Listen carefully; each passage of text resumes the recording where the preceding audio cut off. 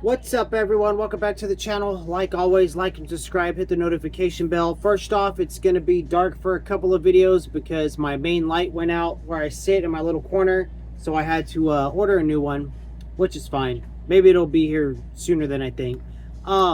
Today though, I want to talk about another Tom Clancy book.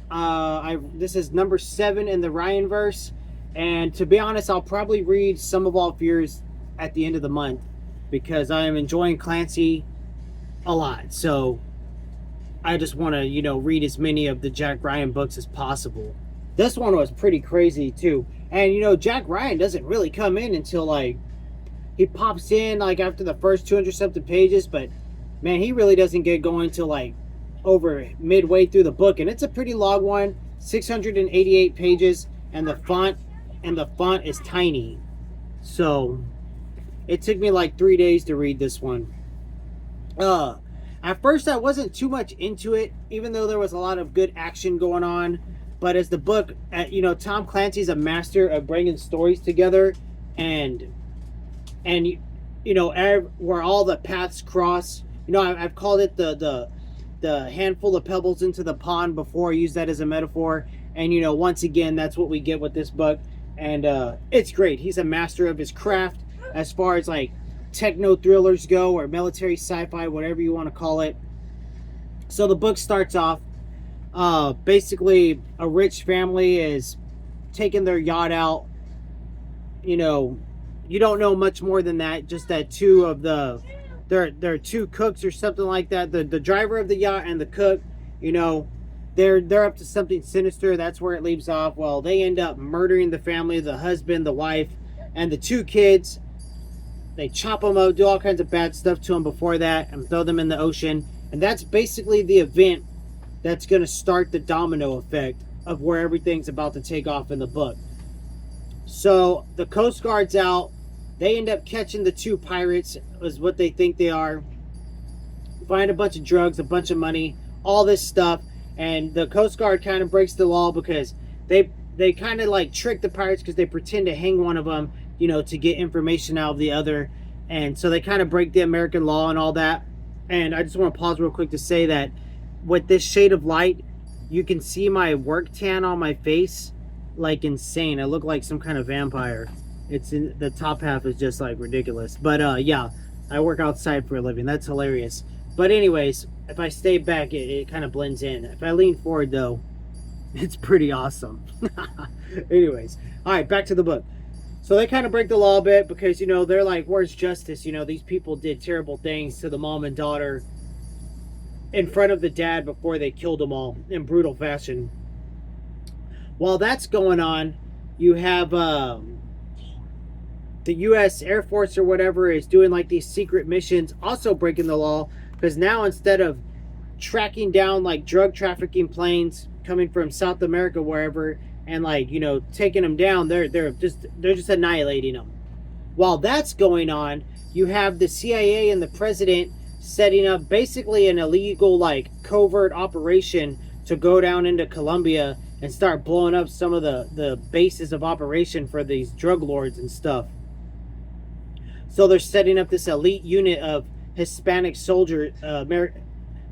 American soldiers. So all that's going on, and really you're just following. Jack Ryan pops in here and there. You're just following his day-to-day life, what he does for his job in the agency, and that's it as far as he goes. So all these pieces are coming together. Clark is prominent. John Clark is really one of the main characters in this book. He's doing a lot. While the covert op teams are being sent to Colombia, he's doing another operation in the background in Colombia and outside, spying and kind of keeping watch on these teams of soldiers from America.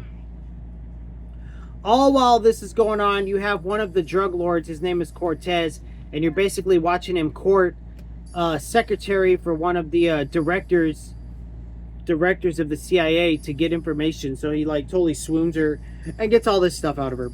All this stuff is going on for like 500 pages before finally the president's like, what we're doing is wrong. We need to get our people out of there and in this operation. Do whatever you got to do. He tells one of the one of the directors you get introduced to in this book, his name's Cutter. And so Cutter goes down there and makes a deal with Cortez, your main bad guy. And basically, they're going to just have these American soldiers that are on the covert operation. And they went down there basically no identities because it's a total secret operation, total special ops type of deal.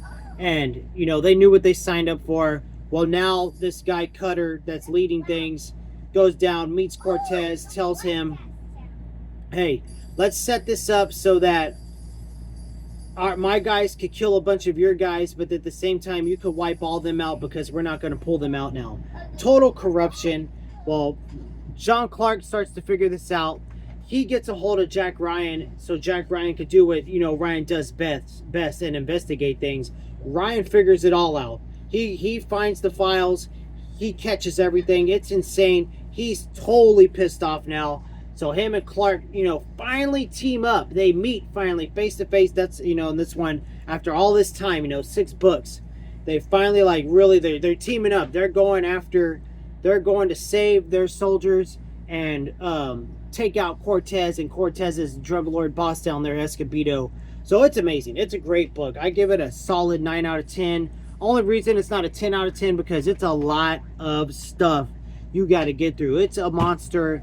It's a beast of information as you're going through the book.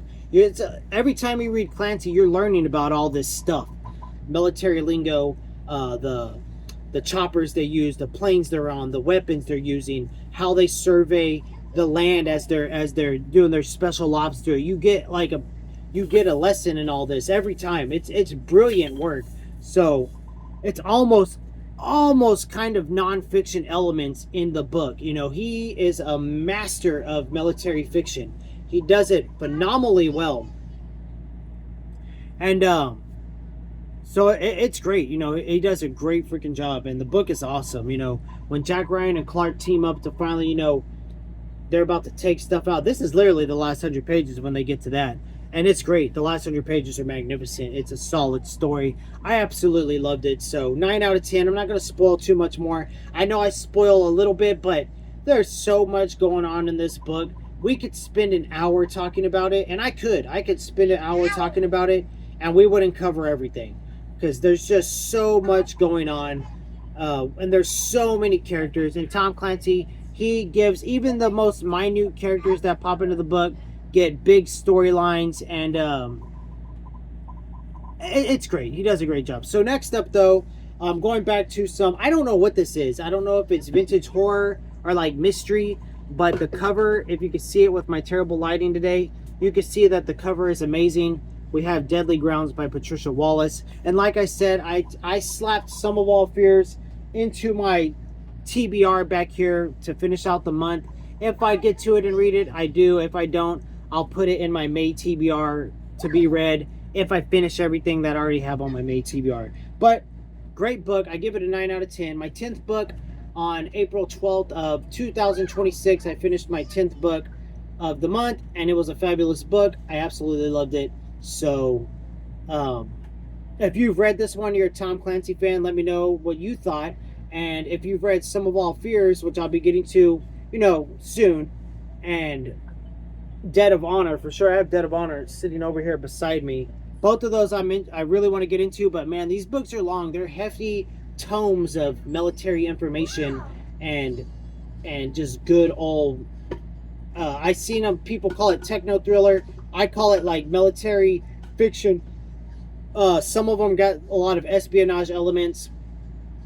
This is just good stuff, and I'd really like to get back to some W.B. Griffin stuff. He's another one that I consider a really good like military fiction writer. Read a couple of his books in the past, and I loved them. And I have one sitting here. I almost was going to pick it up and read next, but I wanted to get this in and a couple of other shorter books, maybe some Star Trek, but we'll see, you know. But I might read this before I get to the Star Trek books. I could fly through Star Trek, so all that's been going good. And yeah, 9 out of 10. I love the book, Clear and Present Danger, part of the Ryan verse, and I'm following like a chronological order that the fans put together. So if you want to see that list, I can always share it with you in the comments down below. You let me know.